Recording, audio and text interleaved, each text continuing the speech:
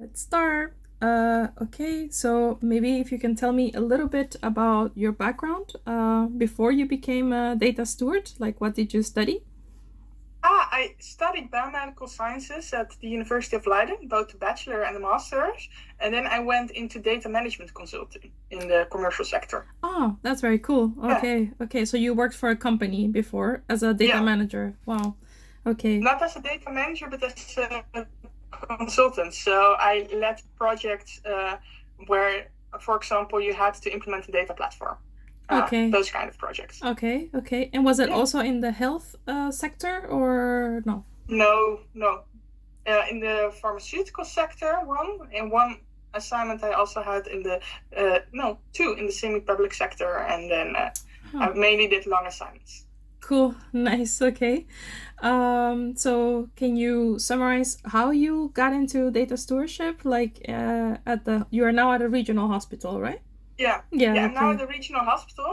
So the thing is, because of data management consulting, it was not that I thought I'm gonna do data management, but I went into assignments, and it appeared I had a clear understanding of how data management works. Mm-hmm. So when training opportunities arose to learn more about this, for example, the Dama Dembok, Mm-hmm. then I took those opportunities and I started to understand more and more about how data management worked and was able to apply it yeah, in real life, which was quite cool.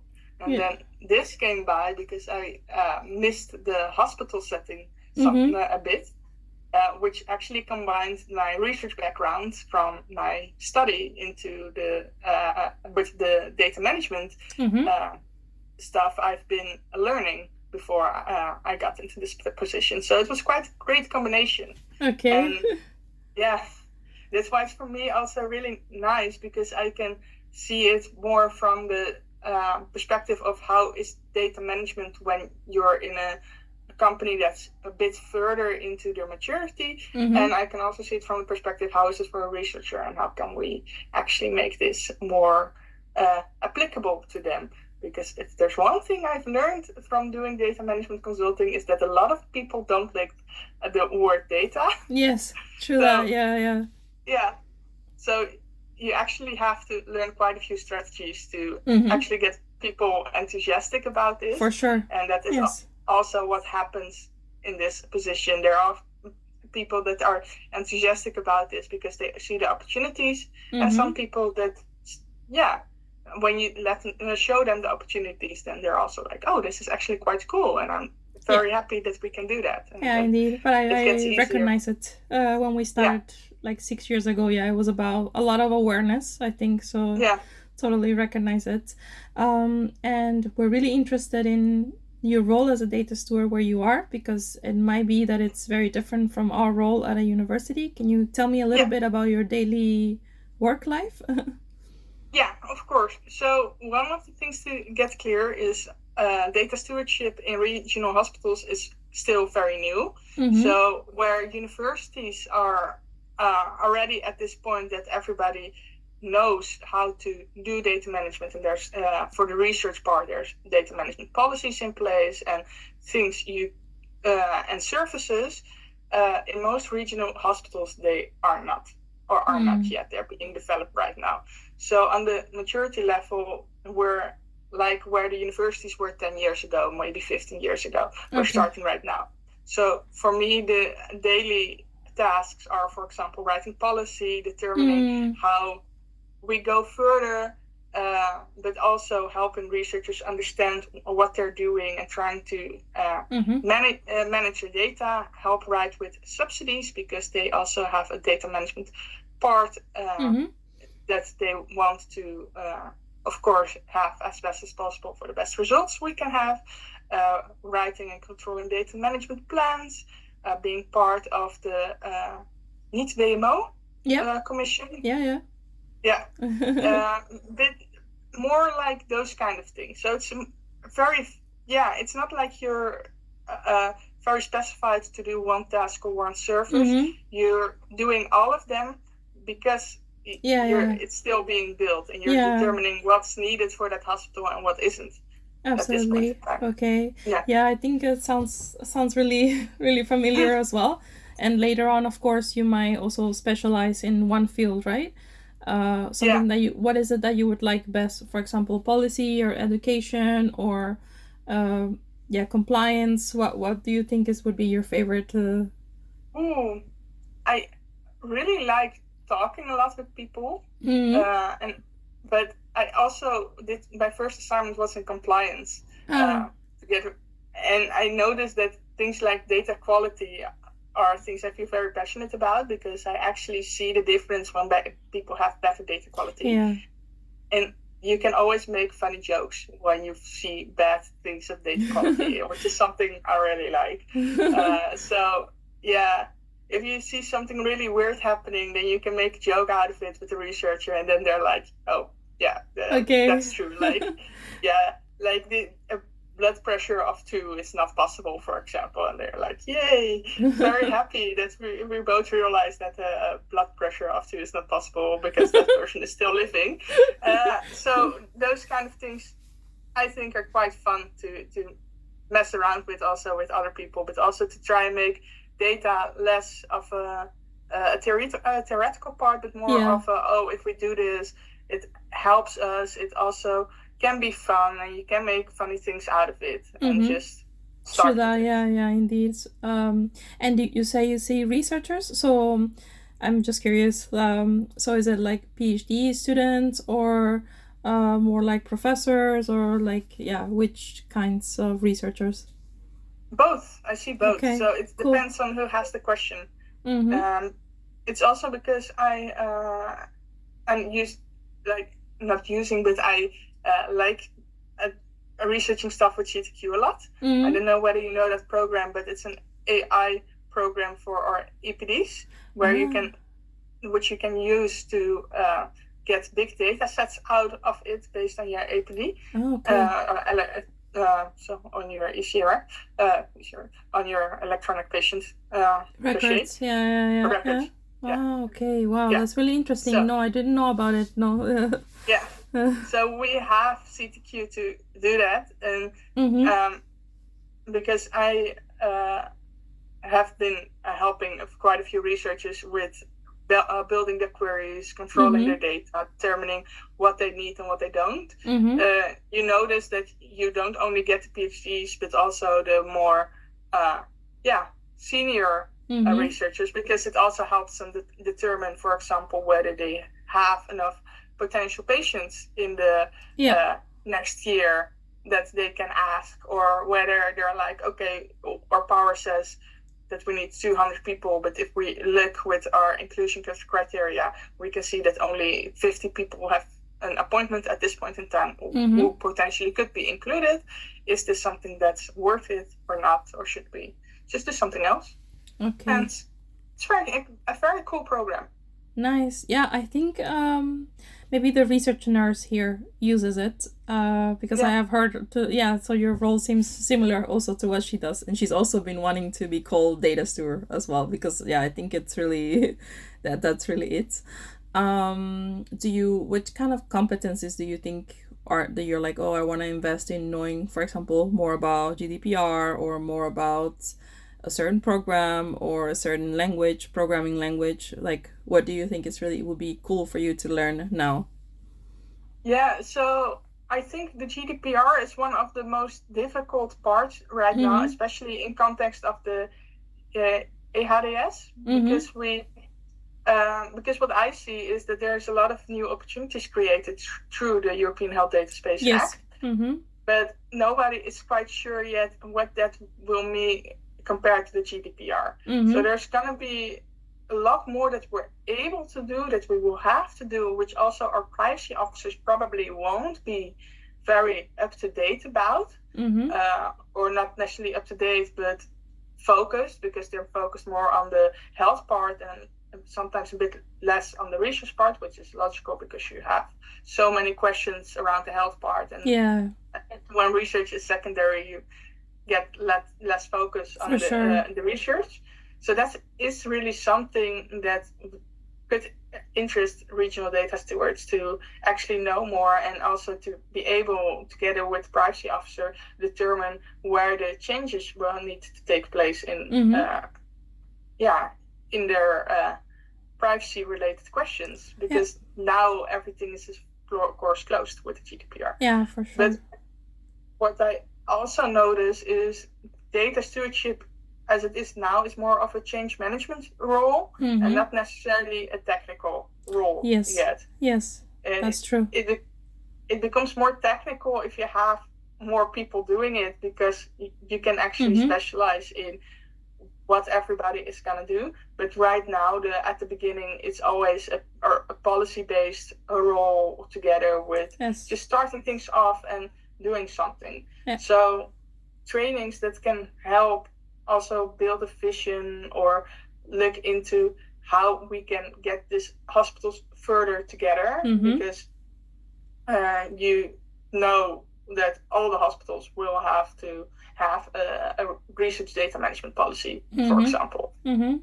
Or not only a research data management policy, but a policy how to give up data when, for example, the HADAP asks for it, right? And you have to have an internal policy for that. Yes. Who has to know it, who has to approve it, etc., etc. You can also determine on a national level that you have a template other hospitals can easily use to know that they're up to date, to make sure that they have every check in place and can continue doing this. And this is something really quite practical that I think will help a lot of organizations, because now suddenly we're opening up our data, and it's a really weird position to be in after everybody has closed up their data. True. And then it helps to together determine how can you do this the best way possible, and who within your hospital has to sign, and whether, for example, it's also obligated that your board member signs, or whether it's just fine if it goes, for example, to the chief of data or chief of medical data. If they've seen it and it's fine, that those are things that I think can be discussed together on a national level, where you can, for example, make a course or a template where people actually know, hey, if you have this in place, then you know for sure that this part is already there for the AHDS. Yeah, I think that's super interesting, and we've witnessed that. So, for example, I do more trainings myself after a while. At the beginning, it was also like you. I was doing everything. I think courses like that, trainings are very specific to one problem, like this one, are the ones that work the best. Like they have the highest attendance and things like that, because it's really crucial that we manage these things, and people don't know exactly how to do it or where to start. So I think that would be great if you were to do something like that. Let me know. Because right now we're actually tomorrow I'm actually presenting to our internal data operations team a proposal to make a data access committee, we've decided to call it.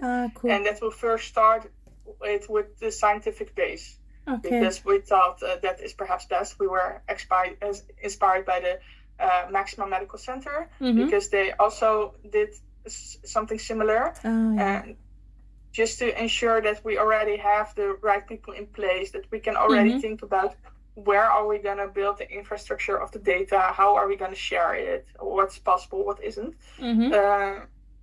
I don't know if any of you realizes this, but for example, SERV is quite expensive if you're not an academic hospital. Yes, especially. I realize. I think because I'm from the global south, I'm like we're super lucky and so spoiled. So because research is not the primary priority of regional hospitals. That's healthcare. This is money that's actually being, I don't want to say removed, but it cannot be reinvested into healthcare. So it's a different discussion then, a different ballpark. And because that number is so high, I've already asked around with a lot of regional hospitals, and most haven't met any that's actually using the Surf drive. Yeah, When so they that's use a it, challenge it's for due to an you. academic. Yeah, Yeah. and when they do it, it's from an academic hospital, but it's a really Yeah, we're in a really weird position I understand. because as hospitals we do research. Mm-hmm. We yeah, as hospitals we do research, but it's not a primary purpose. But Yeah. because it's not our primary purpose, we're excluded from some things, Yeah, I which understand.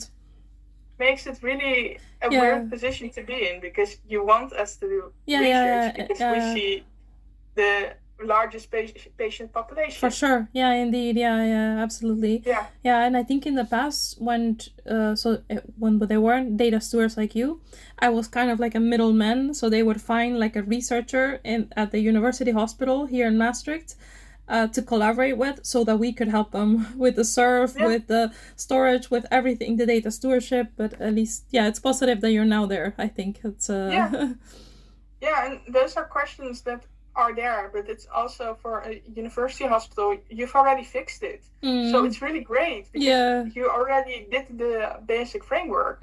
But now we need to either buy in or decide to do something else, or wait for a bit until something is organized from the ministry.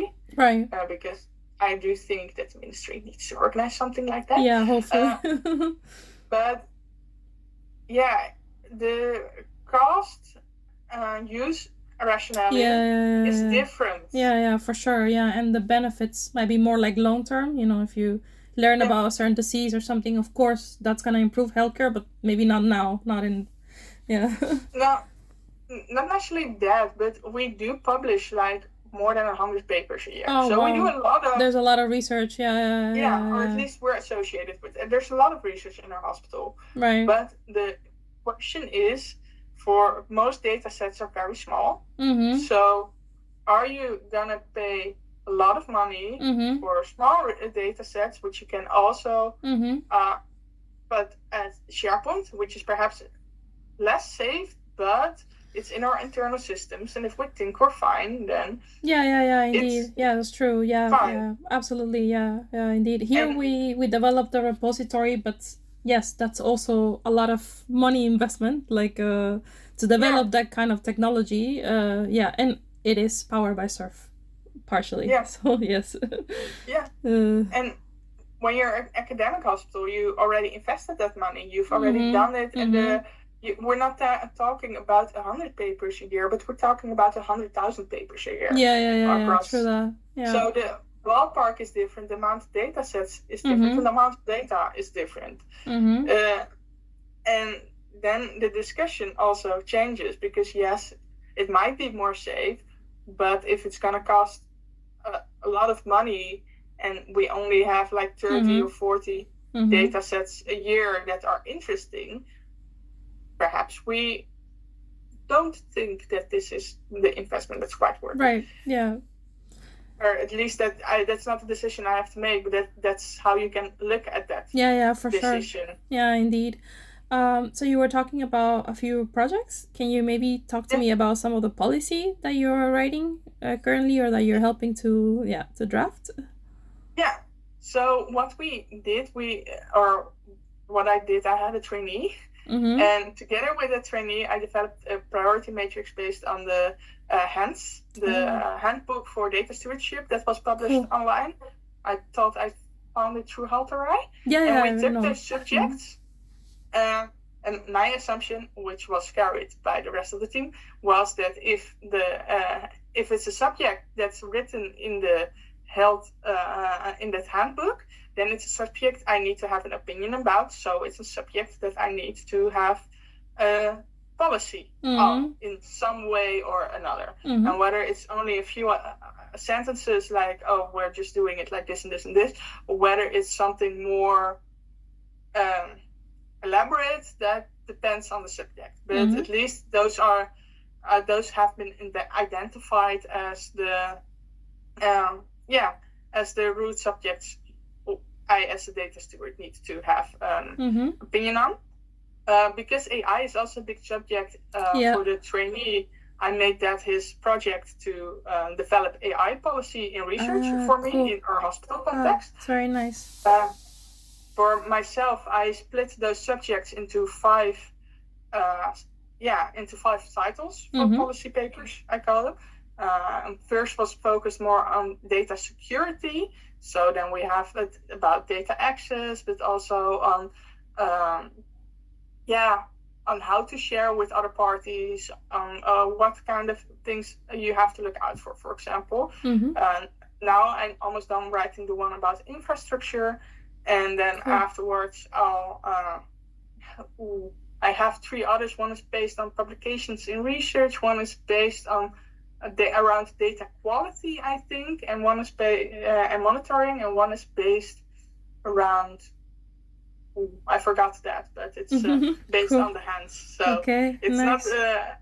Not really out of the world why it's no, there. but you're applying it to the local context, which is really cool. Yeah, indeed. And are you gonna present that then to like a decision board or something like that? Yeah. So I also so what I do is I write a policy and I check it with departments that are involved in it. For example, I checked the one about data security with the data security team, with the privacy officers, and together we're looking into how is this actually the correct way or not. Cool. Okay. Once they have also given their approval, it goes through my management board for an extra approval sign. Then it goes through the data board for them to know, and then it becomes part of our quality system. Cool. So for quality process. So we've decided to let it land in there so that it's not dangling around somewhere. But if somebody is looking into how is data management done in this hospital, then they can find it in the quality system. Cool. That we're doing. And the idea behind it is looking at every subject, which departments do you need to be involved. For example, with the infrastructure, the ICT architects, for example, need to be involved, but also a researcher or somebody with a research background in our hospital, just to check whether we're not becoming too technical about this. And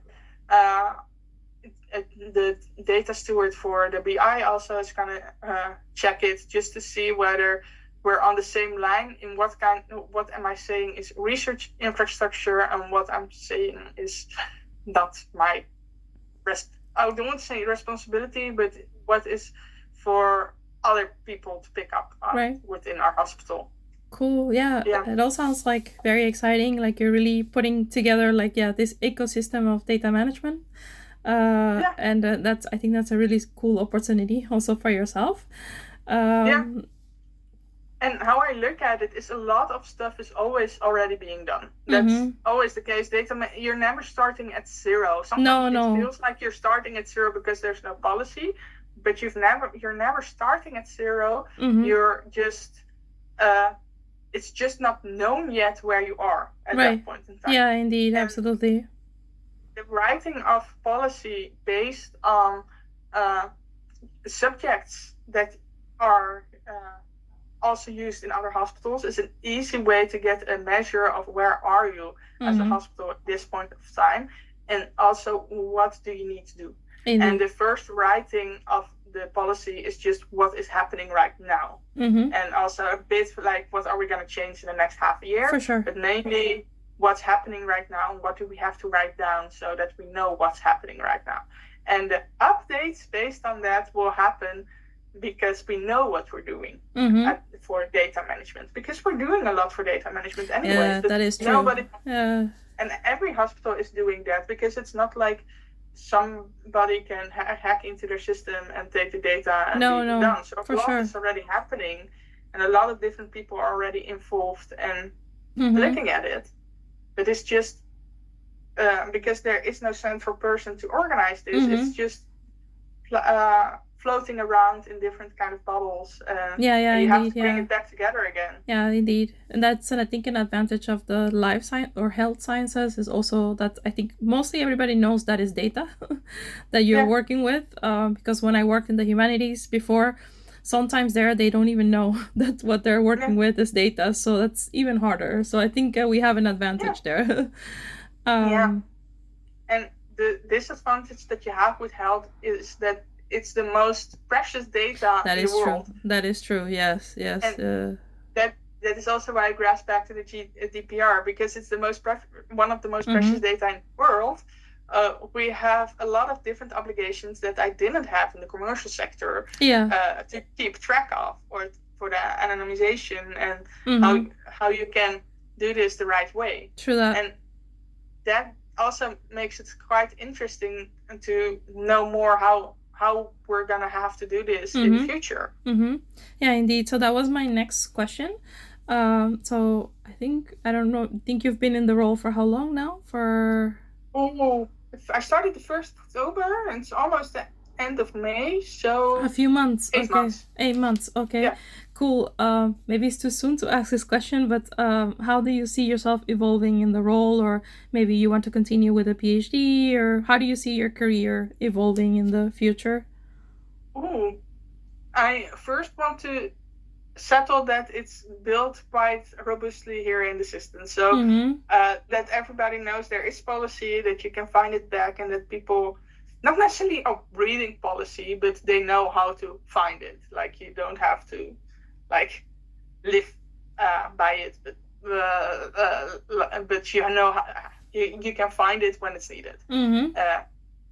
I think that's one of the first things I want to see happening in the future. And then afterwards, I really like being back in the research sector, so I would be open to do perhaps a part-time PhD, but I also really like specializing more into what I'm doing right now. So it's probably going to be a combination of a lot of different stuff. Yeah, indeed, which I think it's a cool thing about being a data steward.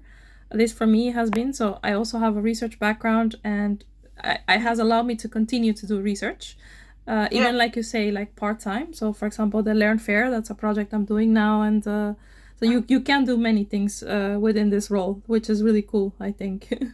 Yeah, and I also see that a lot of things that are being developed right now, they're quite new, because suddenly we have this large law saying we have to do a lot of stuff. We as a hospital didn't need to do that stuff before, so it's always good that laws come, but I had the deadline's a bit tight for hospitals that still have to get started. So it's a very good thing, but that means that there's going to be a lot of change happening in the next few years, and also in the role itself. Because I suspect that right now, I think there are maybe 10 regional data stewards. Maybe 12. Not a lot yet. And I suspect that at least around the implementation dates at 28, we'll already have 20 or 30 of them. So the amount of people doing this is then already doubling or maybe even quadrupling. And then after that, and you'll probably see that it will get a different kind of role compared to the academic data steward, and perhaps that will work together more often on these I think so. I hope so. Also, because for me, for example, I had once a project with the Katharina Hospital, I believe it's called, and it would have been really nice to have a counterpart like you there, so we could discuss certain things, maybe about the privacy or the policy, because there I just had the researcher going back and forth, and it's really not her role. So that would be really nice, I think, if we can work more together. And finally, if you can give maybe one word of advice, like you said, maybe there's more new data stewards coming to regional hospitals, what would you say to them if they're starting?